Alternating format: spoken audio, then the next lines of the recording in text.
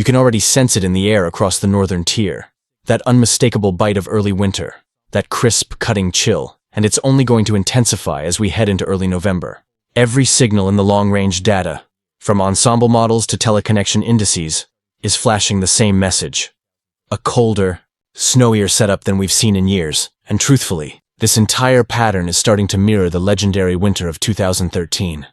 The one remembered for its brutal cold, relentless blizzards and Arctic surges that arrived one after another like clockwork. Yes, this upcoming season is already showing that same defiant, wintry personality. So here's what I'm seeing right now, and I want to break this down month by month, because this looks like one of those winters that refuses to quit. November. The early arrival of winter. November isn't waiting for anyone this year. It's already baring its teeth. Models are now hinting at a powerful surge of Arctic air plunging south out of Canada as early as the first full week of the month. And this isn't a quick hit-and-run cold front. This is a lasting chill that plans to settle in. Highs may struggle to escape the 30s across the northern plains, upper Midwest, and Great Lakes by early to mid-November. Chicago, Minneapolis, Green Bay, you'll be feeling that winter bite early this year. And don't be shocked if your first measurable snowfall arrives within the first 10 days of the month. At the same time, the season's first major snowstorm looks poised to hammer the northern Rockies and Pacific Northwest. Expect a foot or more in spots like Spokane, Missoula, and Bozeman, with the Cascades easily picking up 2 to 3 feet in the higher elevations. Seattle could even see a few wet flakes mixing in, a rarity this early in the season. Meanwhile, across the Great Lakes, that icy air sweeping over still warm waters will ignite the lake effect machine in a major way. Buffalo, Erie, Cleveland, you know the drill. Those early season snowbands could unload 6 to 12 inches, possibly more, across the traditional snowbelts.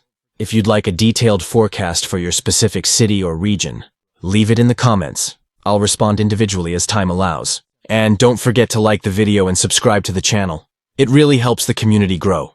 December. The pattern locks. In by December, the pattern fully anchors itself. A deep, persistent trough digs into the central and eastern U.S., continuously funneling Arctic air southward, while the subtropical jet stream begins injecting moisture across the southern tier. That combination spells expanding snow coverage from the Rockies to New England. Denver could easily stack up 15 to 20 inches through December alone, with Colorado and Wyoming snowpack building fast. Salt Lake City might see one of its snowiest Decembers in years, totaling 18 to 24 inches. Across the Midwest and Great Lakes, the flakes start flying relentlessly. Chicago could sit near 15 inches by Christmas, double its normal total for that point in the season. Detroit, Milwaukee, Minneapolis may each push 20 inches, while Cleveland and Buffalo could be buried under multiple lake effect blasts, nearing 30 inches before New Year's Eve.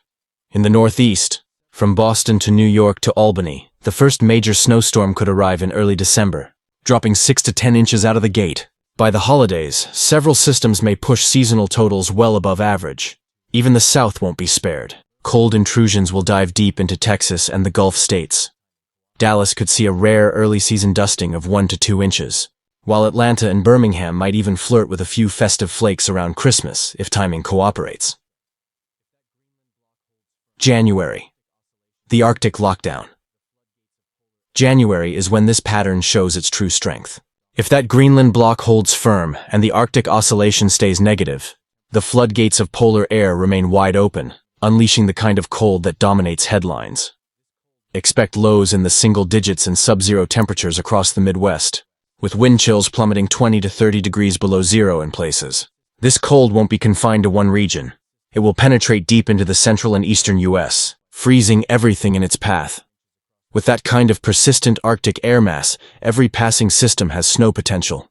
Expect remarkable totals by month's end, 20 to 30 inches across the upper Midwest, with northern Wisconsin and Michigan possibly exceeding 3 feet.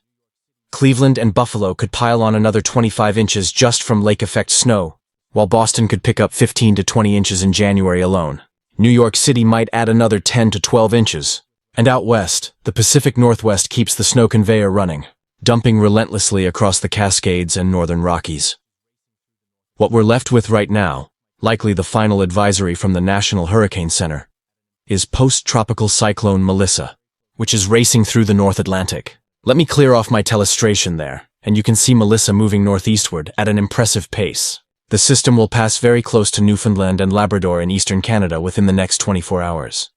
Outside of that, most of the tropics remain calm and quiet for this time of year, Melissa being the lone exception as it accelerates into the North Atlantic. Here's the latest 7-day graphical tropical weather outlook from the National Hurricane Center in Miami, Florida. We can clearly see Melissa has now transitioned into a post-tropical cyclone packing sustained winds of around 85 live mph and a central pressure near 973 millibars. It's surging northeast at nearly 50 mph, a remarkable turnaround from its earlier days stalling in the Caribbean. Anyone living along the coast of Newfoundland and Labrador should be on alert as strong winds, heavy rainfall, rough seas, and minor storm surge are expected as the system brushes by. Where is Melissa headed?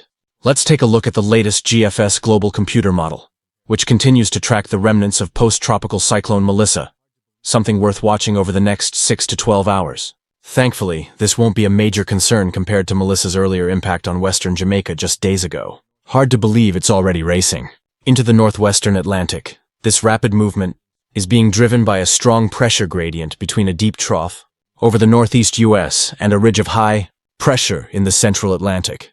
Melissa is being squeezed between these two systems, propelling it north-northeastward at nearly 50 mph over the next few days.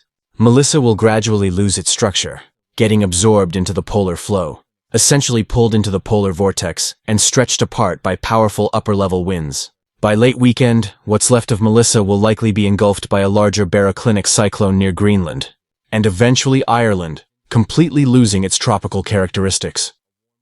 While that larger North Atlantic system will look more organized than Melissa ever did, it's non-tropical as indicated by its clear frontal boundaries, a warm front and cold front, typical of mid-latitude storms, not tropical ones.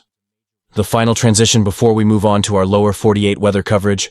It's worth noting that as we transition deeper into fall and early winter, we'll soon be turning our attention to major winter storms and potential Arctic outbreaks across the United States. So with that, this marks the final tropical weather outlook and discussion for the 2025 Atlantic hurricane season, wrapping up here on October 31st, 2025. It has truly been an exciting and eventful season to track. Even though it started off late, the teamwork, preparedness, and forecasting efforts helped save countless lives by delivering timely and critical information throughout every storm, including Major Hurricane Melissa, which reminded us once again how powerful and unpredictable nature can be. Thank you guys, see you next video.